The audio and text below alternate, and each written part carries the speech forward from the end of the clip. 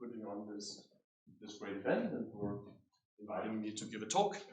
And as you can see, sort of the topic of the talk is in line with several other talks that you have seen this week, and it has to do with how you, out of a non-commutative geometry or a spectral triple, can produce a genuine all-pattern metric on the state space of the algebra in question. And the point of my talk is not so much to try to convey a lot of deep results to you, but rather to explain some things that have confused me for several years, with the hope that you will be less confused, and maybe in particular that the next generation of mathematicians will not have to go through the same process as have I.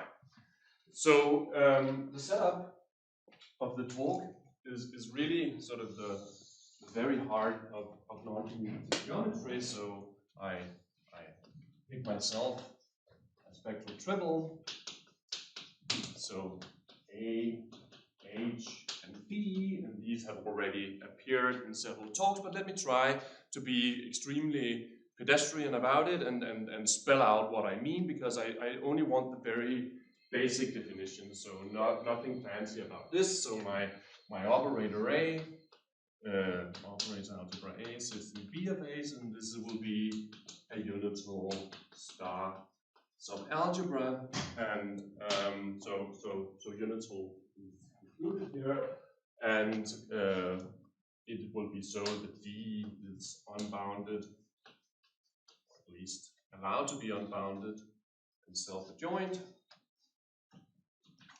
And it's supposed to have a compact resolvent, as we already saw in the last talk, but this is not going to be particularly important, so I'm not going to dwell on that. But I am going to dwell on the most important part. Maybe I should write it though, compact resolvent. But my algebra A is supposed to preserve the domain of E, so map it into itself, and therefore I can, in a meaningful way, look at such a commutator, and this is supposed to be to extend to a bounded operator. And I forgot to say, my D should always be densely defined. All right.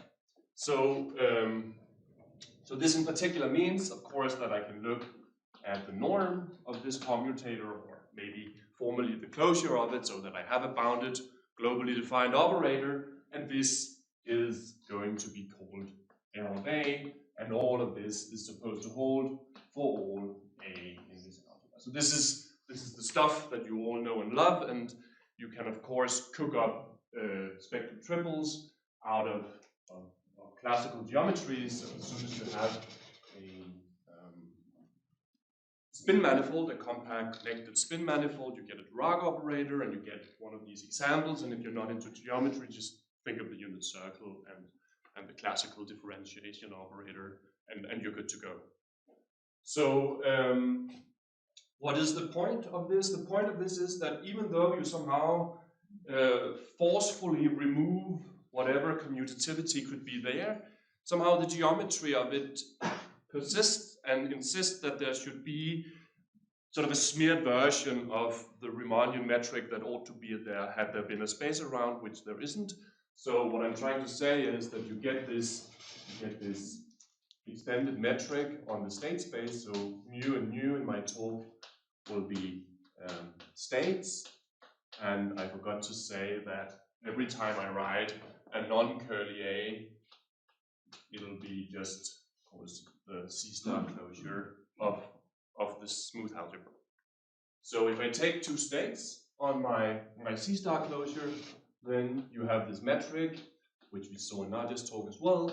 So it'll just be the soup of all the differences that you can get if you let A vary in the algebra, but only over the semi-norm unit rule. This goes back to Kahn's paper from '89, that you can do this, and the point, of course, being that if you were in a commutative situation, you recapture the Riemannian metric if you view the space as point evaluations. So this is somehow the natural construction from a non-commutative geometry point of view, but you need to be a little bit careful here, and this is where the confusion part starts. So this is a metric, but it's an extended metric. So this is an extended metric, and this means that it's perfectly possible that two states can be infinitely far apart. This is possible, and as you will see in a second, it's also not particularly rare that this could happen. So, but other than that, it behaves like a metric should behave, so it's symmetric and triangle inequality and all that. But this means that there are a number of questions that you can ask about this metric, and the first and potentially most immediate question is, when is E finite? So when does this not happen? When do you avoid this nonsense of infinite distance? And if you want to sort of soup it up a little bit, you can say even when is the D of finite diameter? So when does the state space have finite diameter? This is of course more restrictive, right? Because then I have a global upper bound on the distances. And then if you want to be very ambitious about it, you can ask when does dD literize the weak star topology?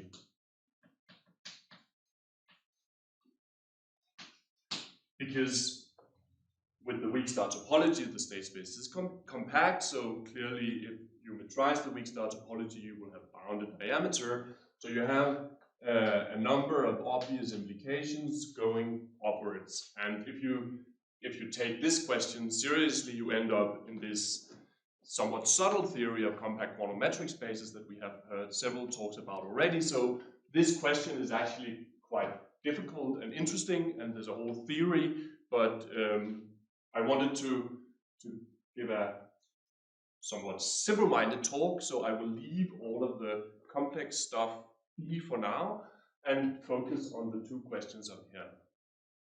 Because if you look back into Kahn's original paper, he says as a remark that if you are in the situation where if this semi-norm unit ball, so this set of A's were L of A, so this was just the commutator norm, right? Is bounded by 1. If this projects onto a bounded set in A modulo with scalars, then DD is indeed finite. Okay? So I have the projection map down to the quotient, and if this set is bounded, then it's finite. But it's quite easy to see that if you are in this situation, you get something more, because then you even get finite diameter. Because if you have two states, the difference is going to descend to a functional on this space, and this functional will have norm at most 2. So if this set projects to something bounded, then you will have a global upper bound. So at least a priori, this condition is stronger than finiteness. It even gives finite diameter. And this condition is then, you can see that it has been reproduced in the literature about compact quantum metric spaces, but nobody seems to care too much about the simple-minded question, when is it just a finite metric? And this took me a while to figure out, but it's actually not that complicated. So let me start out by sort of sorting out this little part of the confusion. And this is a little sort of a proposition, because it's actually not that difficult.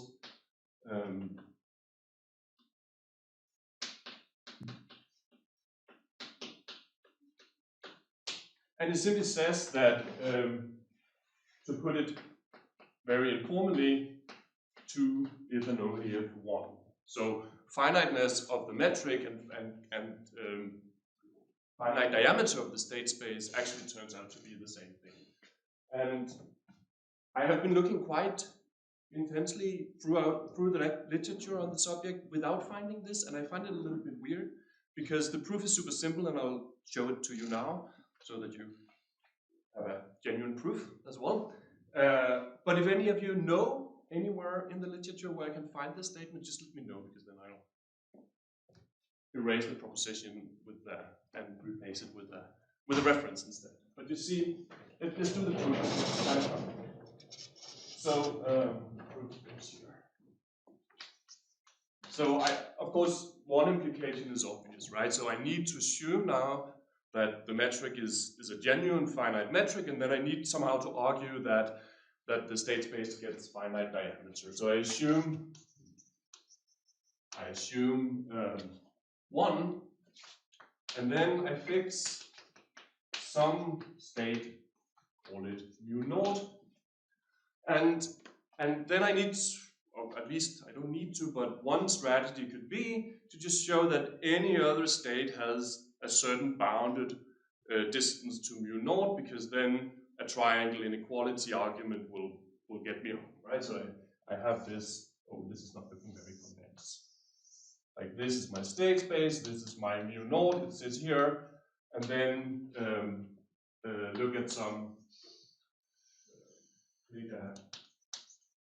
mu in the state space, and then I need to provide some uniform upper bound on the distance between mu and mu naught, which is then simply the soup over all these differences that you get from letting A range over this semi-norm unit ball. And I'm just going to rewrite this in a slightly silly fashion, but it's going to be useful anyway. So this is mu of A minus mu naught of A times 1, and then an absolute value, and then A ranging over the same set. But this, it turns out, so this is the same, right? Because mu takes the unit to the unit because it's a state. So this is the same as having mu of all the A's, all these values, where now A is still ranging over the semi-norm unit board, but with the additional condition that mu naught on A is 0.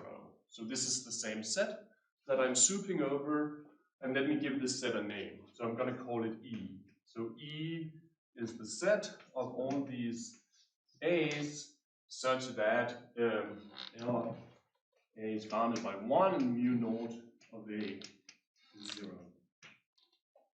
So the information that the metric is finite shows that this soup over all the state values that I get on this set E is finite.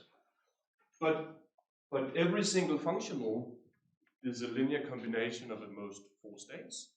So this means that really what I get is that the soup over all possible phi's where A ranges over this set E and phi. So this is finite for every single phi in the dual of A. But this means that E is weakly bounded, and this means by the principle of uniform boundedness that E is also bounded in norm. So this means that E is weakly bounded. So by the principle of uniform boundedness, E is bounded in norm. But now the game is over, right? Because if I look at the distance between mu and mu naught, this is then the soup over all these values that I get by applying mu to elements in my set E, and clearly this is then bounded by the soup over all the norm values that I get by letting A range over E. And this was independent of mu, so this means that this is the worst that can possibly happen. So it really is the same thing to have a finite metric and have a finite diameter. And for inexplicable reasons, it has taken me 5 years to realize this, but now you know. But it of course doesn't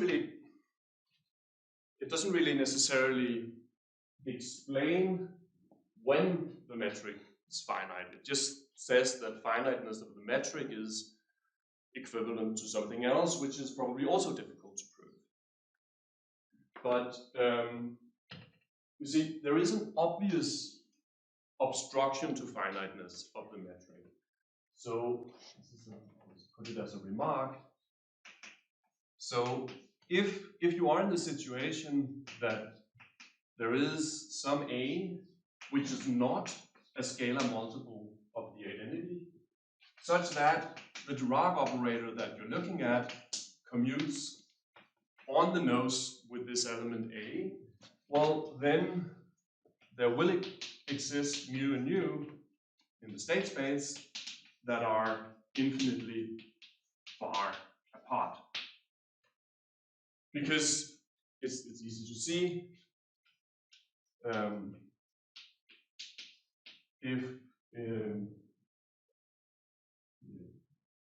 so there will be two states, mu and nu, such that mu of A is different from mu of A for this particular A. Because if not, this would be sort of a nested list of because. So I will argue for this one, and here comes the argument, which consists of a claim, and here comes the argument for the claim. So if not, then this would be some fixed number lambda for all mu in the state space. So this means that mu of A minus lambda times 1 would be 0 for all states. But then again, because every single functional is a linear combination of states, this means that every single element in the dual would vanish on this element, but these functionals, they separate points after all. This is the Hahn-Banach theorem. So this would force A minus lambda 1 to be 0, but I carefully arranged for this not being the case, right, by taking it outside of the scalar multiples of the identity. So if I have such a guy, then I will find two states, mu and nu, that are different on it. But these two will then be infinitely far apart, because then if I look at some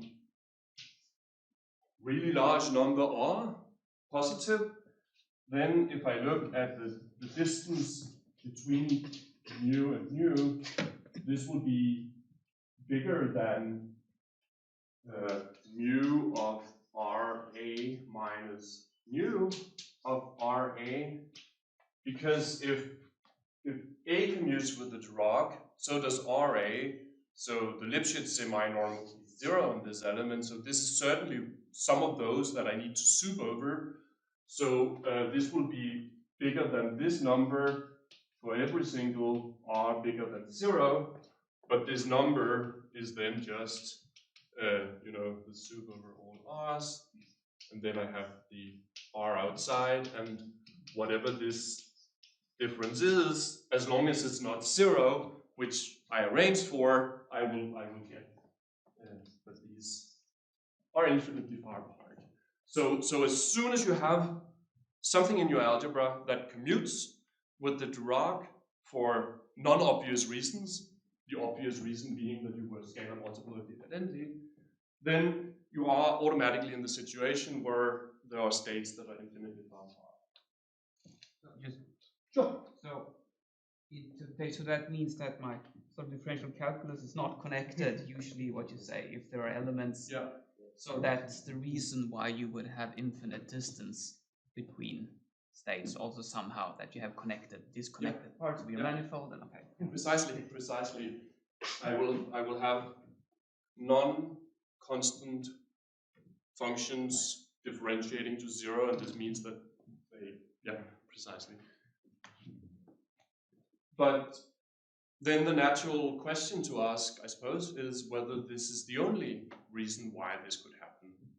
And this is where the second part of the confusion starts, because if you start looking into the literature on chronometric spaces, you're gonna soon find a preprint by Belisar and Marcoli and Raihani, where they're studying cross products for this, for cross products and chronometric structures. There's a lot of good stuff in that preprint, but among other things, they cite a result which says that the only reason that you can have states that are infinitely far apart is if this happens. So this is that the obvious obstruction is the only obstruction. And they don't give a proof, but they cite a paper. And this paper is by Rennie and Barilli, and the result is in an appendix of this preprint. They were after much bigger fish. So it's just a little remark in passing relegated to an appendix where they give a proof that this is the only available obstruction, but that is also only available in preprint form. And when you read through the proof, you realize at some point that there is something fishy going on with the proof. And then you start wondering whether you can fix the proof. And you try for a little while, and then you figure out that this is more difficult. And then you step back for a second and look around to see what else is there. And then you get really worried, because you see the little proposition that we have up there, where did it go? Up there. Which tells you that finiteness of the metric and finite diameter of the state space is really the same thing.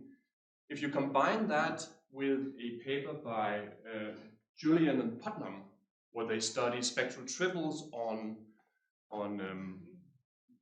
shift spaces, they give very concrete examples of state spaces that have infinite diameter, but where the only things that commute with the Dirac are indeed the scalar multiples of the identity. So by the proposition up there ought to be states then that are infinitely far apart, but I don't really know how to find them in their paper. And this is when I started chatting to Ryszard over a cup of coffee one day, and he suggested that one should be able to build these rather easily. So the last part of my talk will be to construct rather easy examples where you can see concretely that there are states that are infinitely far apart, even though the obvious obstruction is not the reason why. So I would like to sort of, for the rest of the talk, argue that I might be less confused, but the problem is, on the other hand, wide open. But let's, so this would be,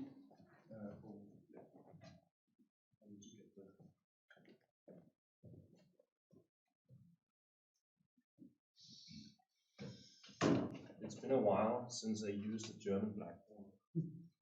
Let's see how this goes.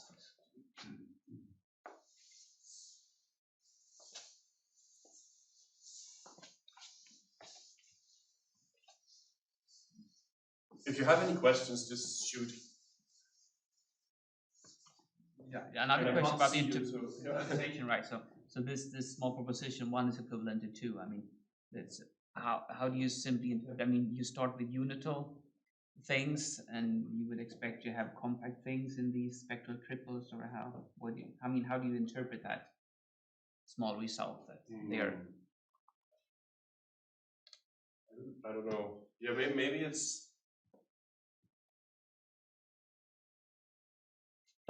Yeah, maybe it is unitality implied. This is the same as compactness kind of thing. That was my question.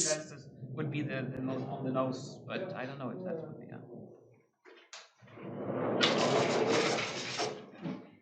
We take like C infinity of M for, well, let's say C infinity of R. One function.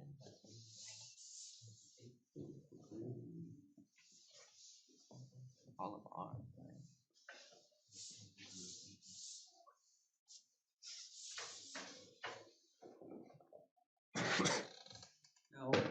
Okay, so you're saying that it shouldn't be that simple, yeah? It is not that big of a deal.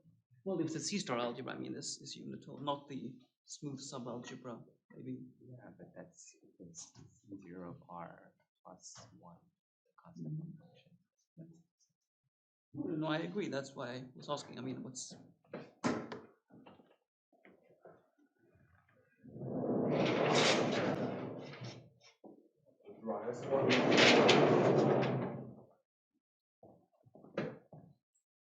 Okay, so the next result, let me put it as a theorem. This is also Ryszard Nest. It says that you can easily cook up examples. You can get almost whatever spectrum you like for the Dirac operator, and you can get that the algebra is even commutative.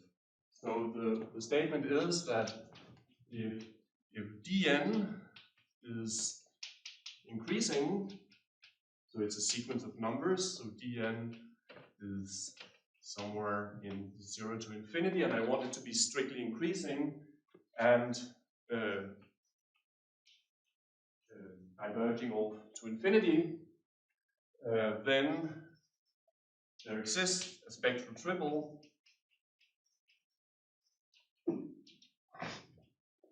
A, H, and D, such that first and foremost the spectrum of the Dirac operator is this sequence, and if there are accumulation points, we better close it off. And secondly, the A is commutative.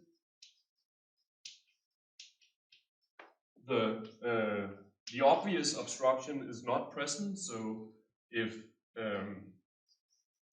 dA is 0, well then A is a scalar multiple of the identity, and D, of course, being that there exists mu and nu in the space such that they have infinite distance. So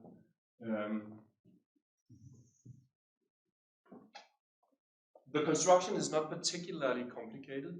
So let me show you how it goes.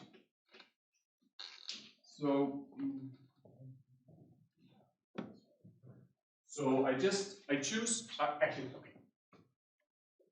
Friday, late in the conference, so let me just assume for the proof here that dn is just equal to n. So this will do just fine to construct examples, and it'll just make some of the computations less annoying. So that's gonna be fine for now at least. And then my Hilbert space is just going to be L2 of the natural numbers, and you can almost guess what I'm gonna do.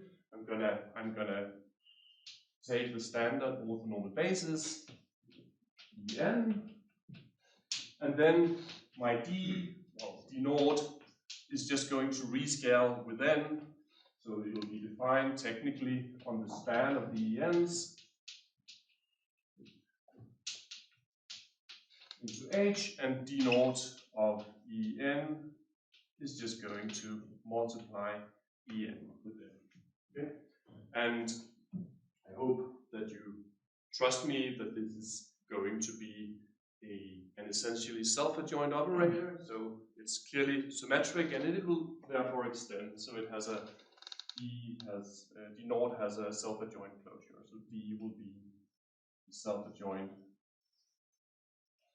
closure of D naught. So this is somehow the most simple-minded thing that I can do, but And there will be no issues with the spectrum. I have cooked it up in such a way that it has exactly the spectrum that it ought to have. But I need to produce an algebra for it. And yeah, so what to do? Well, you have all these vectors up there. And if you look at the projection onto the basis vectors, because D is diagonal with respect to the orthonormal basis, well, then D will commute on the nose with the projections onto the orthonormal basis. So this is not going to work because there's going to be a lot of things then commuting with D if I start taking these projections. But now I want to take those projections and then I want to move them just ever so slightly so that D almost commute with them. So I'm gonna define a bunch of vectors. So Fn is going to be En plus an itty bitty part of En plus 1. So I'll choose a sequence epsilon n that's supposed to go to 0. I'll fix it a little bit later, but epsilon n is supposed to decay down to 0. And then I would like a unit vector, so I want to normalize it by like this. So this will be a sequence of unit vectors in my Hilbert space for any such epsilon n sequence. And for reasons that will become apparent later, I want to choose this decay so that it's even fast enough that if I multiply it with something like 2 to the power n, it still goes to 0. So epsilon n goes to 0 very, very fast. But for the beginning of the proof, I won't really need that it goes to 0 really fast. It'll only be at the very end that becomes relevant. And then if I look at the projection Qn, so this is just going to be the projection onto the span of this unit vector, then I can start looking at the commutator between Qn and D. And because Qn projects onto something which is just a small perturbation of an eigenvector for D, you will expect that this commutator is going to be rather small. So there's a little, let me write it up as a lemma. And here I might be lazy and not do the computation for you, but the lemma says that if you look at Qn and the commutator and evaluate it in some vector xi, you can give a very concrete formula for this. This will be epsilon n over 1 plus epsilon n squared, and then a little bit of stuff coming from the interaction between D and Q. So this will be minus psi E n plus 1 En, and then plus the E n term and E n plus 1. So this is going to be the formula. So you simply compute E Qn on psi, Qn D on psi. You get two expressions, 4 terms in each, and then you subtract them. And then the big terms will cancel out, and only terms with an epsilon will remain. But what's the upshot of this? So in particular, if you look at something like D with Qn, the operator norm, this will be bounded by epsilon n over 1 plus epsilon n squared. So these are not even, they're not only bounded, they're tiny. Tiny with respect to the epsilon n. Of course, I have organized my Qs so that neighboring Qs will interact a little bit. But now, if I take Qs that are far enough apart, they will be orthogonal. So if I look at something like, so the proof of this is, so I'm going to skip the computation if no one objects. But now, if I look at, say, the even Qs, if I look at something like, here, so if I look at Q2n and Q2 m, they're going to be orthogonal, right? Because I only use the one next to e. I use en and en plus 1, so as soon as I give them a little bit of wiggle room, they will not interact anymore.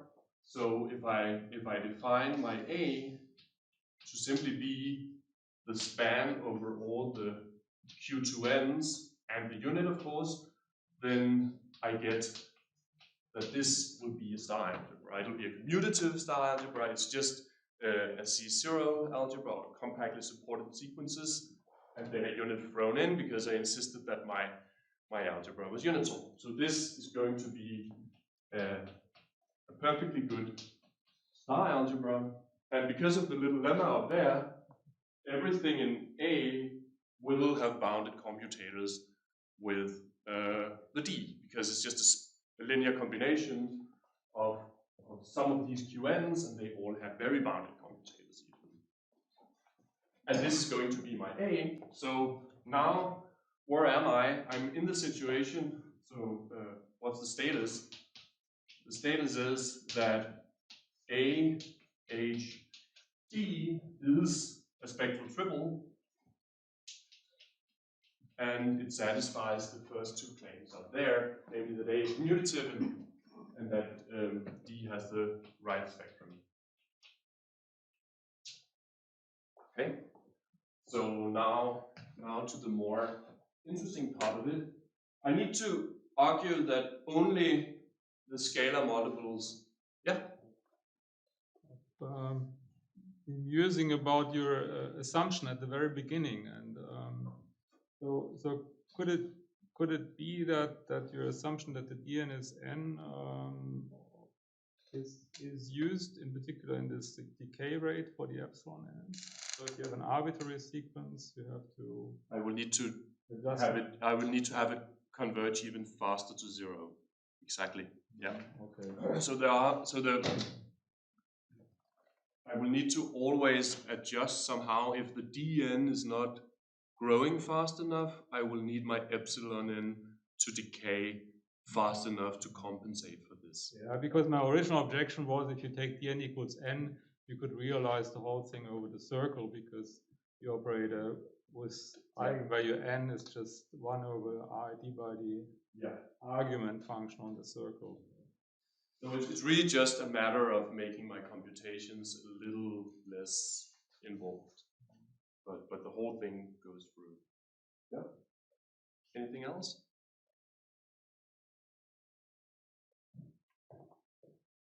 So, so I wanted to argue that it only commutes with the scalar multiples of the identity. So.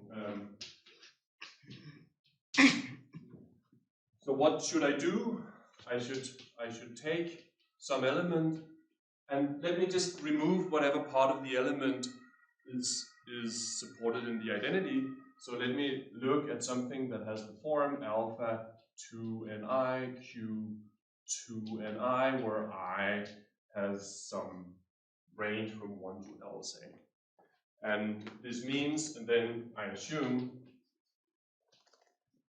that that E and A commutes, and I need to show that A is 0. Right? This is my task. I have taken away the part of the identity that could have been there, and I need to show that the rest can't commute unless it's 0. But what happens if I look at that formula up there? If I look at, I want to look at the formula at the same time as writing. Let's do it like this. If I look at the dqn,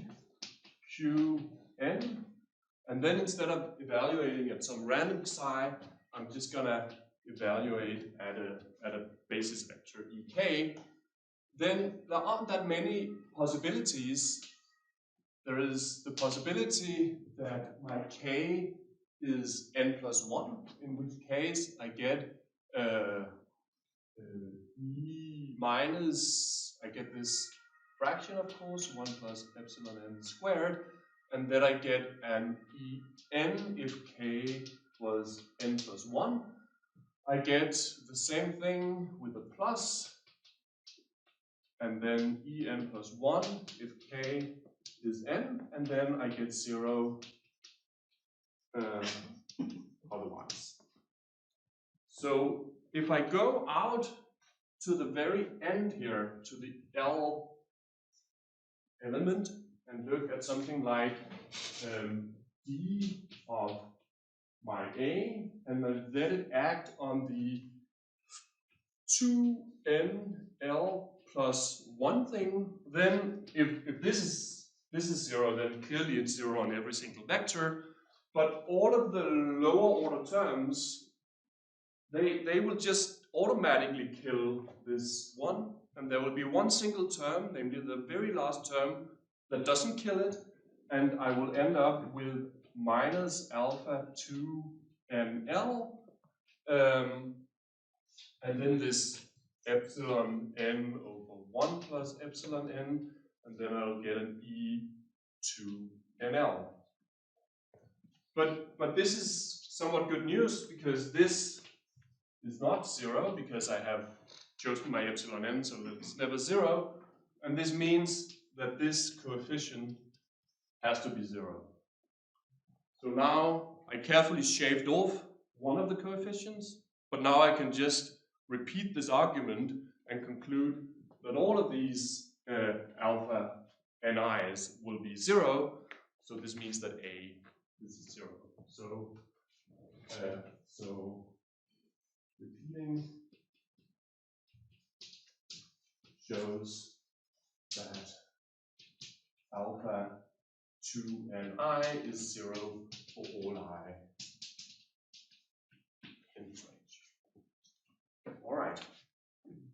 So we're in good shape if we can now produce two states that are infinitely far apart. But this too is not overly complicated, and this is where I need to have my decay of epsilon to be of a suitable size. Can I do it over here? Maybe I can do it over here. Let's see, for D. Okay, so what can I do? I can look at my Q2n. So the Lipschitz semi-norm of Q2n, I know that this is bounded by this epsilon 2n 1 plus epsilon 2n squared. I'm just going to give this a name, so this is going to be delta n. Maybe I'm going to give it delta 2n, because otherwise I'm bound to mess up the indices at a certain point. So I can form, this simply means that if I take delta 2n inverse and apply it to Q2n, well, this is going to be bounded by 1. So all of these elements are in my Lipschitz semi-norm unit ball, and I'm going to give this guy a name. I'm going to call it An. And then my first, I'm going to define two states, of course, and I need to show that they are infinitely far apart. So the first state is going to be just summing up 2 to the minus n, f2n, f2n. So from n equal 1 to infinity. So I just take all of these designated unit vectors, I form a state out of them by taking the vector states and then renormalizing so that I get a convergent series. And my psi is going to be, it's not particularly important, but I'm going to just pick one which vanishes on all of these Q2n's. So I'm just going to take a vector state that corresponds to one of the odd vectors, so that I'm absolutely certain that all of my basis elements are killed except for the unit.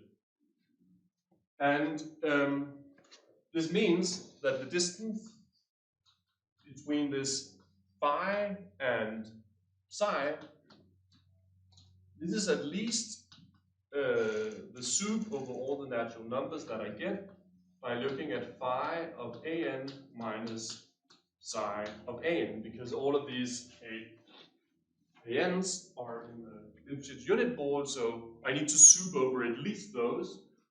but this is the soup over n, and what do I get? I get that this is always 0, the psi part is always 0, and then I get 2 to the minus n, and then I get delta 2n inverse, and now you see that this is exactly the soup over all the n's, and then you have where did my epsilon? It went up there, so I get something like 1 plus epsilon n squared, but this is not the important part. The important part is that you get 2 to the n epsilon 2n. So as long as this goes off to 0, this soup is going to be infinity. And I see that I sort of overcompensated a little bit. I could have done with 2 to the n over 2, but it doesn't really matter. I just need to choose my epsilon n so that it goes to 0 fast enough. So you see, this is all somewhat hands-on. You can just sit down and write it out. I've given you basically a full proof of both results, but the one thing that I have basically nothing to say about is what kind of condition do you need to impose on your spectral triple in order to ensure that you actually get a finite metric? And this I don't know, but it would be very natural to try to find good assumptions to ensure that you are never in the situation where you have states that are infinitely far apart. And then as an added bonus, you would automatically get that the state space has finite diameter as well. But that is for another talk, or maybe for someone young and ambitious to try and attack and write a paper about it. But I'll stop here.